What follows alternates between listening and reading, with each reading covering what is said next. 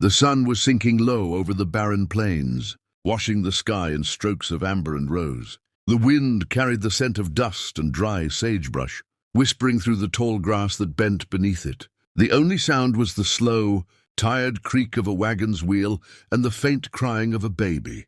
Eli Turner sat on the porch of his ranch house, boots resting on the wooden rail, tilted low to shield his eyes from the dying light.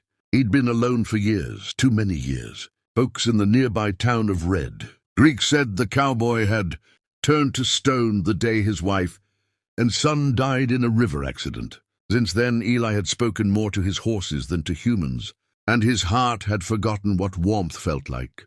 But that evening, as the wagon rolled into view, something stirred deep within him, a strange ache he hadn't felt in years. The wagon stopped near his gate. A young woman stepped down, her dress torn and dusty, her hair a tangled mess of chestnut curls.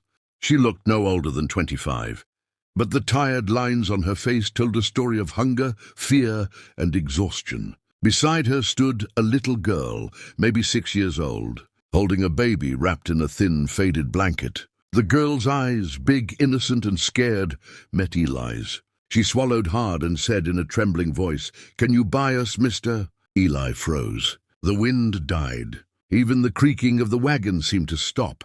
He straightened up, his hat shadowing his expression. "What did you just say, little miss?" he asked softly. The girl clutched the baby tighter. "Mama says we can't go no further.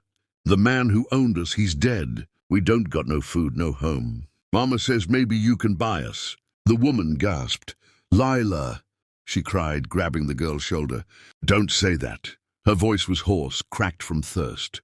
She looked up at Eli, shame and desperation written all over her face. "I'm sorry, sir.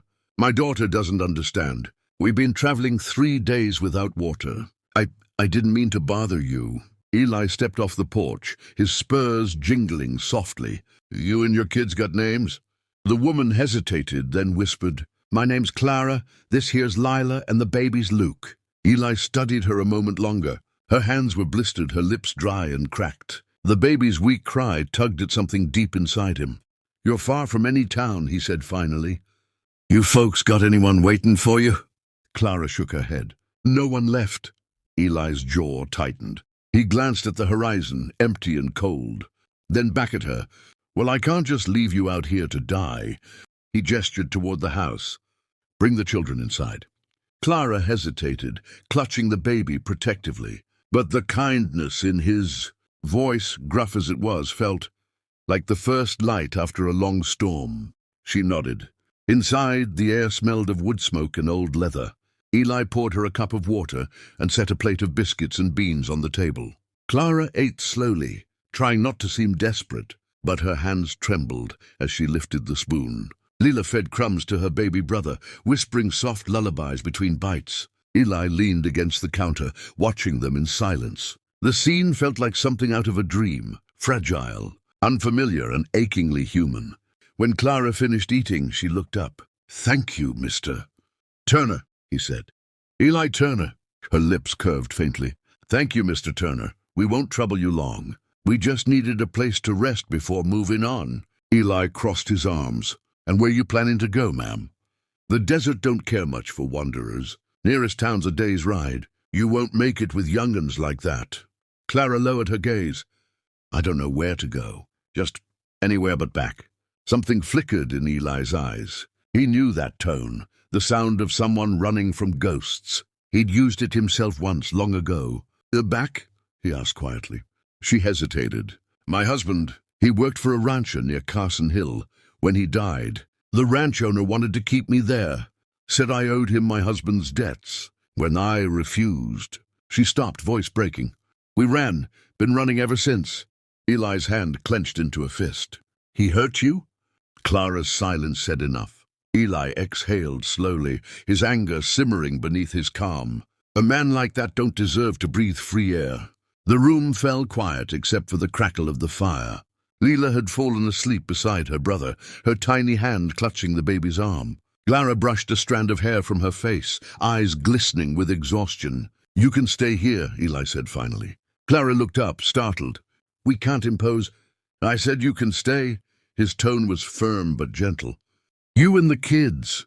Just till you get your strength back. Tears welled in her eyes. Why? You don't even know us. Eli looked toward the window where the last light of day was fading. Maybe because I know what it's like to lose everything. Maybe because nobody helped me when I needed it. He turned back to her. You'll stay. That's final.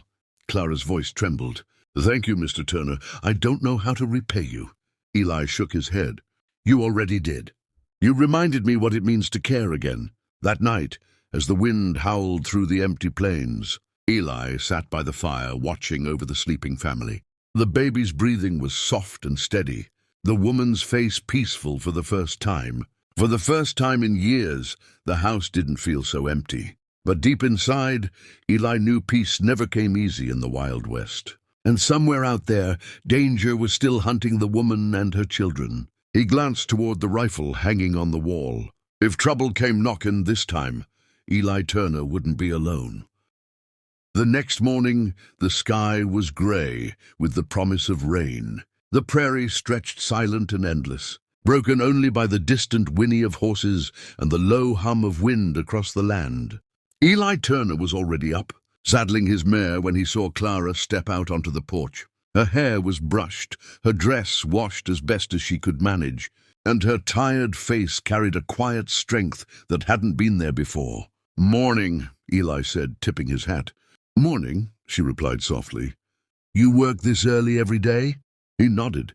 Cattle don't wait for sunrise. Neither does life. Clara smiled faintly, holding baby Luke against her shoulder. You're a good man, Mr. Turner.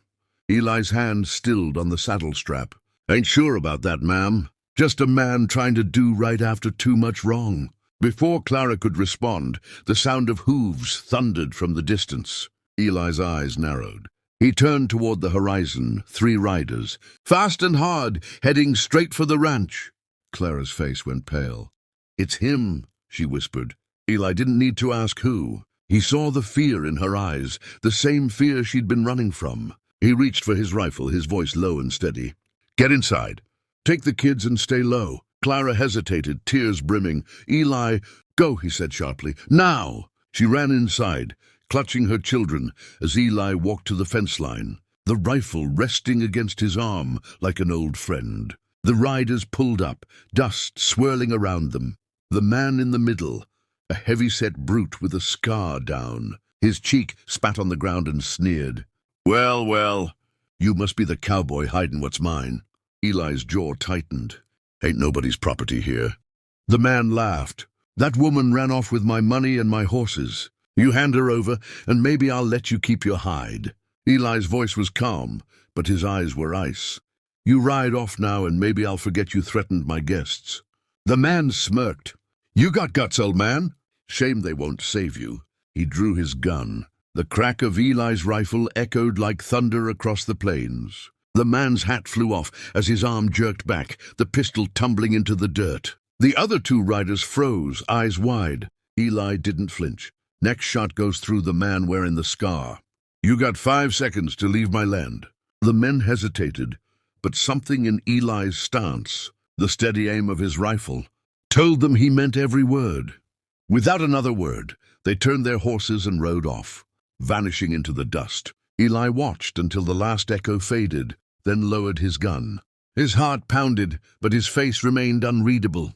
When he turned back to the porch, Clara stood there trembling, tears streaming down her cheeks. You could have been killed, she whispered. Eli set the rifle down and walked toward her. So could you. She stepped closer, her voice breaking. Why did you do that for us? You don't owe us anything. He looked at her then, really looked. Because nobody should have to beg to be safe. Not you, not your kids. For a long moment, they stood in silence. The sound of the wind, the cry of a distant hawk, the slow rhythm of their hearts. Then Clara said softly, You've given us a home. Mr. Turner, more than I ever hoped for. Eli smiled faintly, a warmth returning to his voice. Call me Eli. That night, as rain finally fell over the plains, Eli sat by the fire again. Leela was laughing softly as Clara rocked the baby to sleep. The house glowed with the kind of peace he'd thought he'd never feel again. Clara looked up and met his eyes. Eli, what will we do now? He stared into the flames, then back at her. You'll stay. If you'll have me, I'll make sure you and your little ones never go hungry again. Clara's breath caught. Stay with you, he nodded. This old ranch could use a woman's touch and a family's laughter. Been too quiet for too long. Her eyes shimmered with tears. But this time they weren't from fear, they were from hope. She smiled, soft and full of gratitude. Outside, thunder rolled, but inside that small cabin, two broken hearts found something stronger than loneliness, something worth fighting for. Leela stirred in her sleep, murmuring, "Mama, is the cowboy gonna buy us now?" Clara chuckled through her tears, brushing a hand through her daughter's hair. "No, sweetheart," she whispered. "He didn't buy us.